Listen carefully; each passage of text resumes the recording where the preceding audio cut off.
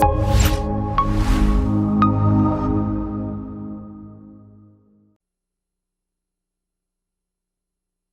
he comes. The greatest rider of them all, Buffalo Bill Jr. with his little sister, Calamity.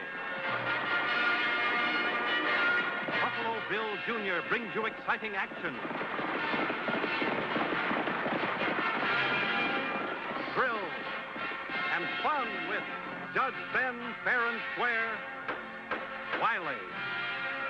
Ride the road to adventure with Buffalo Bill Jr.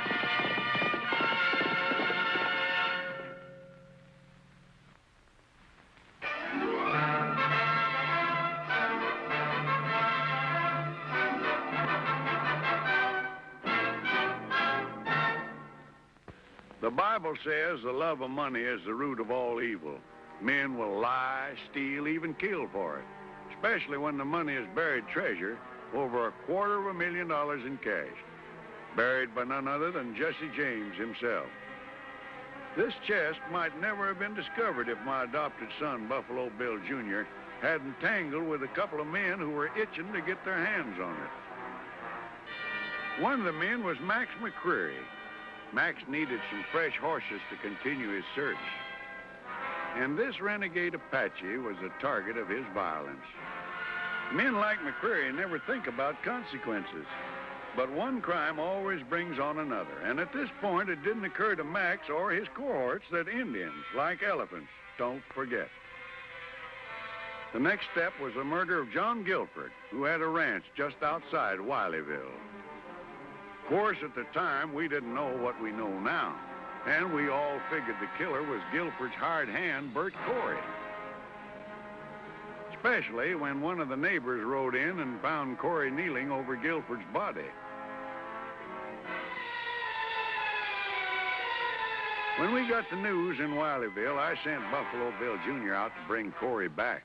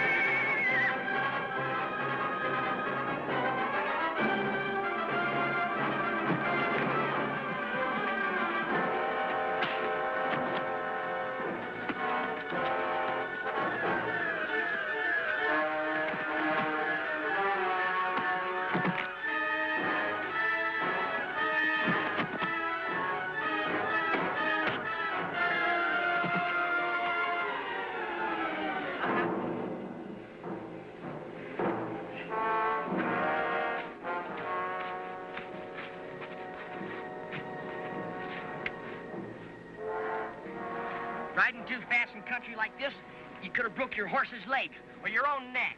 Yeah, what have I got to lose? You? Maybe nothing, Corey. But your horse wouldn't have liked it one bit. Now it's this way, Corey.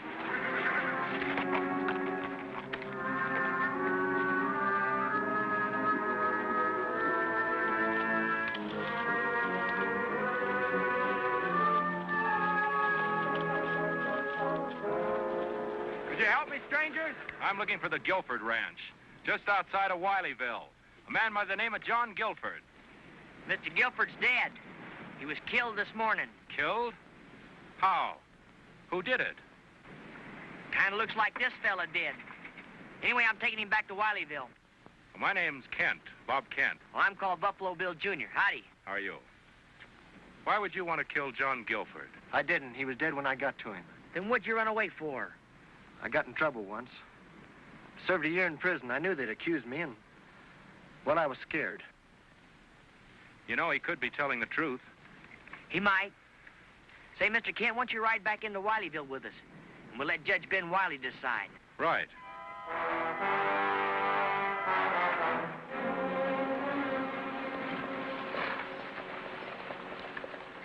This here is just plain murder. Now, look here a minute, Ben Wiley.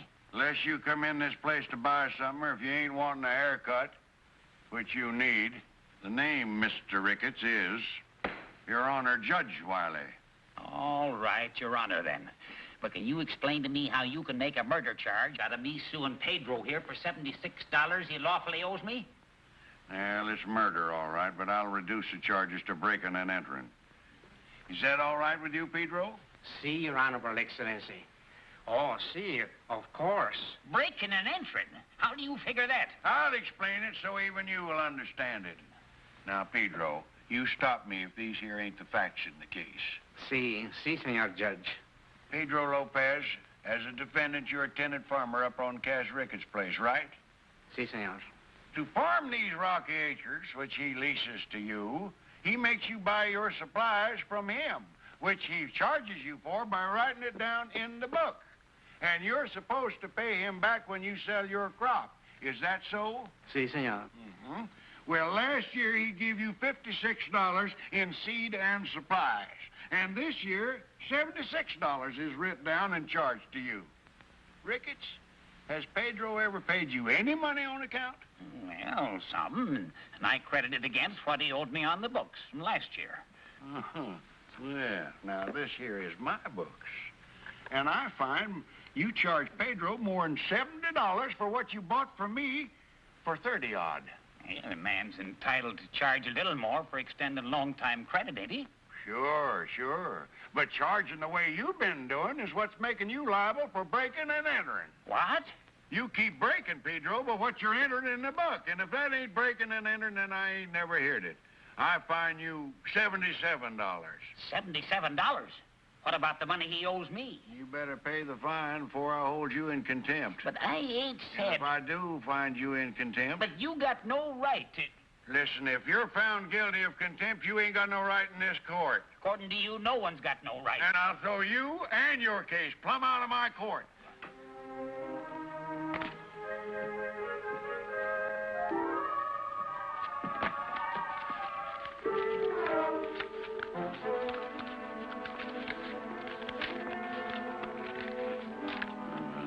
$77. There. But what am I supposed to do with all this dinero, Your Excellency? Why, pay your lawful debts, of course. And that dollar that's left over, go out and get yourself a decent meal. Looks to me like you can stand one. No, gracias, Senor Judge. Court's adjourned. I got business over at the county seat.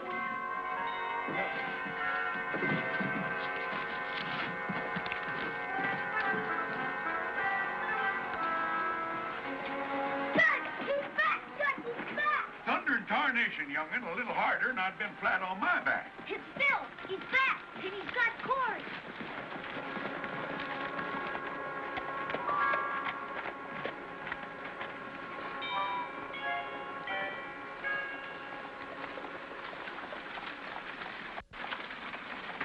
Well, I see you got him. Good work, Bill. He sure was a running. Well, this liable to be the last running he'll do for quite a spell. Judge Wiley, Yes? I don't think this man killed John Gilbert. What did you say? I said I don't think this man killed John Gilbert. And I think I can tell you who most likely did. Well, you got a lot of talking. We got a lot of listening to do. We better go inside. Bring Corey in, Bill.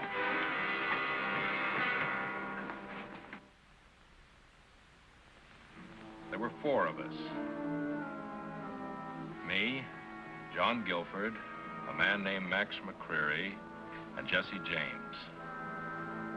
We were partners riding with Quantrell's raiders. We didn't always ride together, and it wasn't until we were all finally on the run that Gilbert and McCreary and I discovered that Jesse James had held out on us. Somewhere along the trail, he'd gotten hold of over $250,000 in cash and hidden it. Buried it where only he could find it. Jesse had a map showing where the money was buried. When we caught up with him, we forced him to divide it into 4 parts, and we each took a part, promising to meet later, put our parts of the map together and dig up the money and share it equally.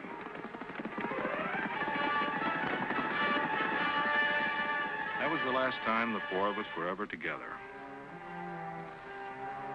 We split up and went our own ways. I finally went east to live, and Gilbert ended up ranching down here in Wileyville. McCreary was caught and went to prison. You know what happened to Jesse James, how he was shot in the back. For a while, as best we could, we kept in touch with one another. Long enough to find out that McCreary had gotten a hold of Jesse James' part of the map. 2 weeks ago, McCreary was released from prison without letting either Gilbert or me know about it.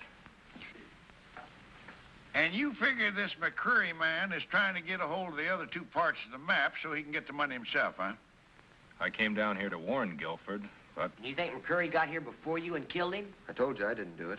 Now, hold on just a minute. Now, this might be the answer, but it ain't evidence. And a court of law has got to have evidence.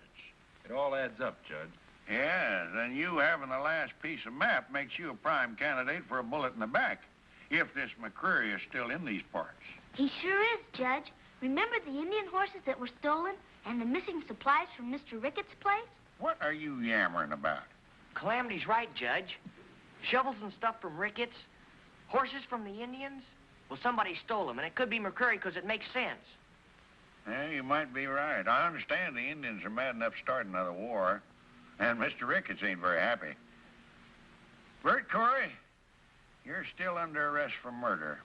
Bill, I'm remanding the prisoner to the county seat for trial. You'll deliver him tomorrow to the marshal, and also tell that marshal to start a county-wide search for this McCreary. Yes, sir. Mr. Kent, I'm going to hold you in protective custody as a material witness. You'll go along with Bill to the county seat. Very well, Judge. Calamity, how would you like to have some new clothes? Would I? Oh, boy. I've got some business over at the county seat myself. So bright and early in the morning, we'll all take a trip there, huh? Oh, Judge. Oh, my back. Watch my back, honey. Watch my back.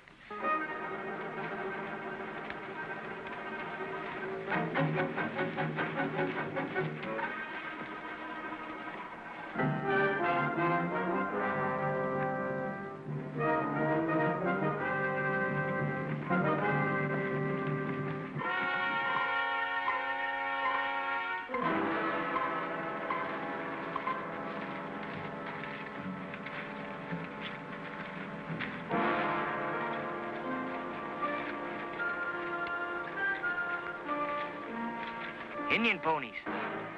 Tracks can't be more than a couple hours old. Well, I guess I wasn't so far wrong when I said those Indians was mad. Something wrong? Yeah, we're a long ways from the reservation. Indians out here where they don't belong can only mean one thing. Trouble. Yeah, stealing a renegade Indian's horse is worse than committing suicide. They never rest till they track you down. We didn't take their horses. It was McCreary. A renegade redskin itching to lift scalps doesn't stop to ask which one is McCreary. Gee, we've gone too far to turn back. We'll never make the county seat before tomorrow. How about it, Bill? Well, it sure isn't safe to travel after dark. We'd best hold up for the night. Where? I got an idea. It's a little out of our way, but we'll be safe there. It's the old deserted shack up there by Potter's Lake. Where did you say? Potter's Lake. It isn't far. Come on. Come on, Corey.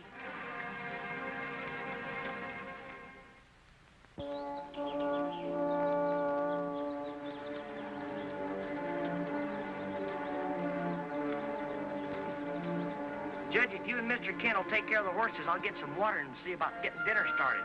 All right, son.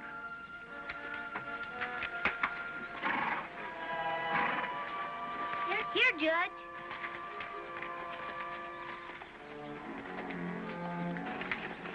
You get inside and stay there. Keep an eye on him, honey. Get a fire started. Come on, let's go.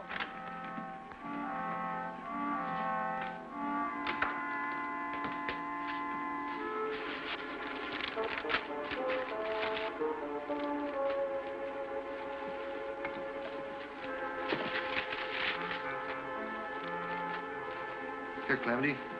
Let me help you. Thanks. Mr. Corey, what's the matter? I tripped over the bench, hurt my shoulder. What can I do? Untie my hands, quick. Hurry. shoulder.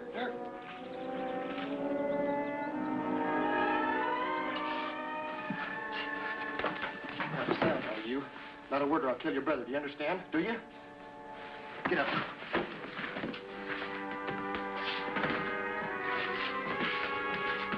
Remember now, not a sound.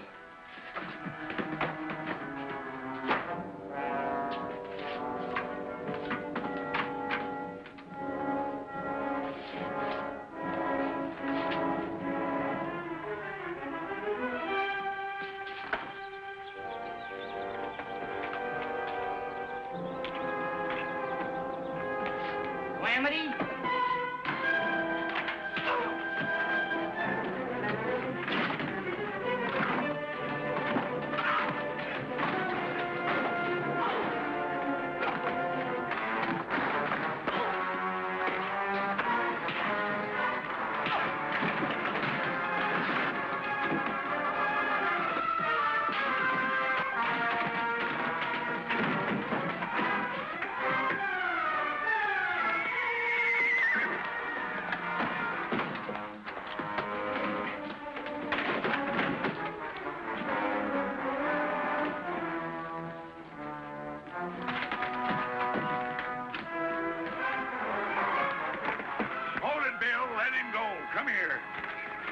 What are you stopping me for? The sun will be down in a half hour, and it'll be too dark to trail him.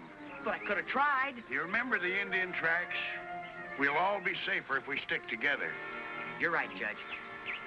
Well, let's get some food and a good night's rest, and we'll get an early start tomorrow morning. That's right, son. And the authorities at the county seat will have to send out an alarm on Corey as well as McCreary. Let's put the horses away. Come on.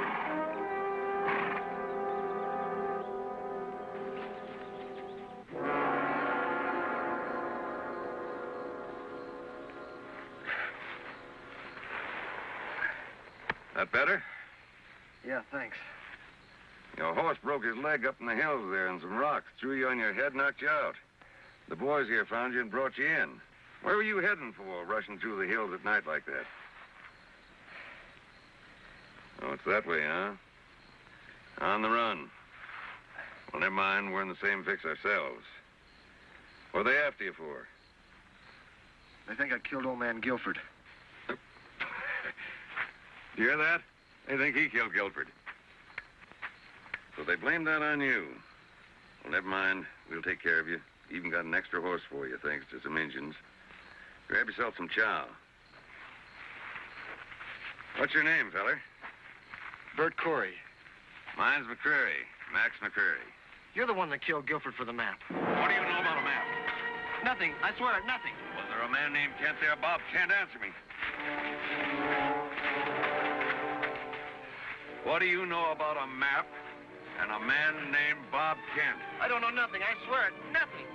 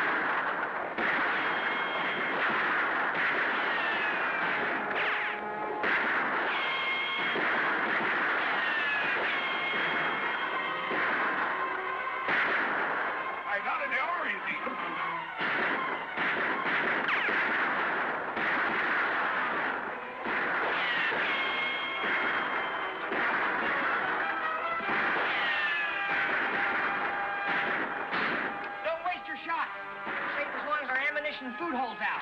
We haven't got much of either, son. Calamity, get down a minute.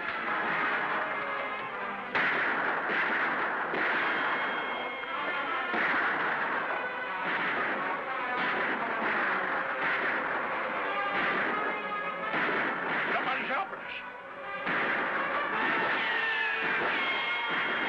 Hold your fire. They're running off the Indian.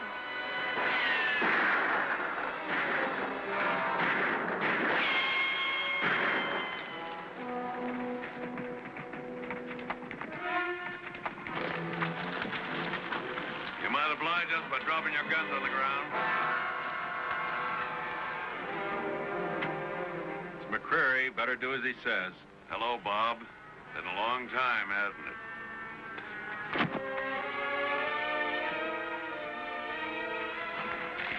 Who are you? I told you I didn't do it.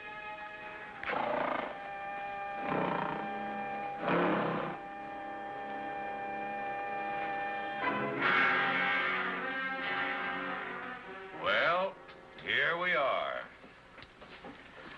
4 pieces of paper. Put them together and you got yourself $250,000 in cash. Mr. Jesse James' private little nest egg. With those 3 pieces, I had everything I needed except the name and the place. I figured it was some kind of a lake or something, but I didn't know the name or where. Now for your piece, Mr. Kent. Save yourself the trouble, Max. The name is Potter's Lake, and it's right out there.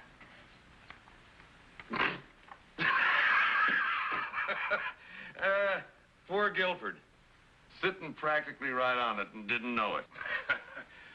Take him outside down to the lake. We got us some digging to do.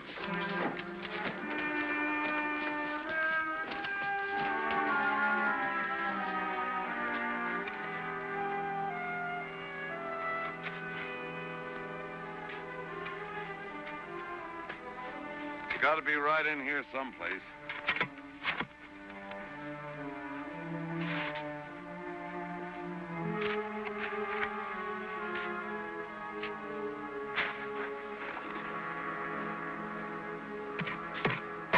Hey, he's got it.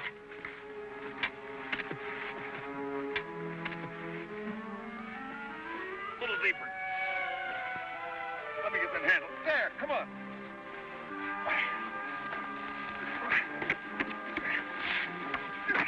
I'll get that off of there quick. Indians. Down on the ground, everybody.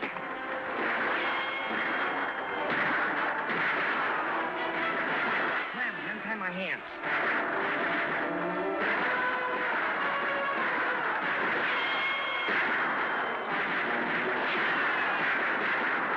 Yeah, get yours. Now, untie the judge.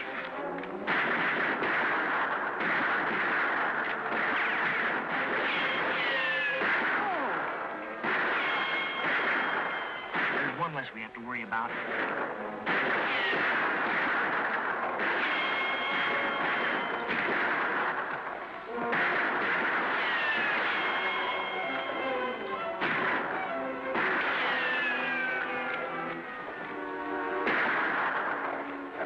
Hold it. We've run them off. Now!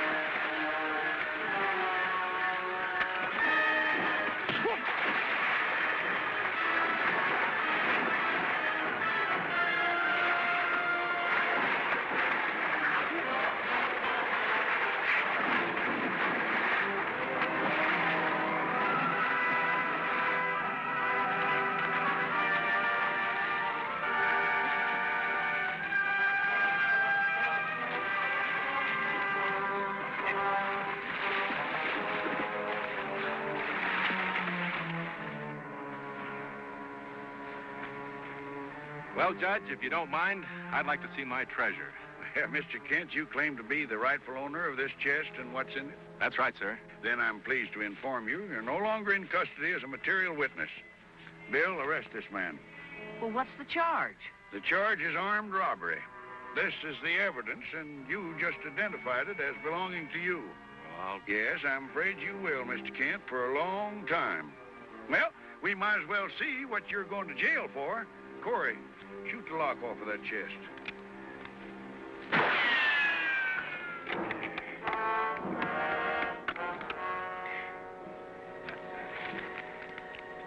Well, there it is, Mr. Kent. Your $250,000.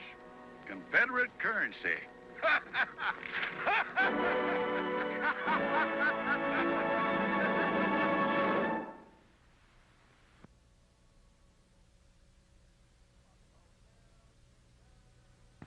Buffalo Bill Jr. Now with his horse and with his gun, he's not afraid of anyone. 'Cause no one's quicker on the draw or quicker to defend the law. Buffalo Bill Jr., Buffalo Bill Jr. He's the son of a gun. Buffalo Bill, Buffalo Bill.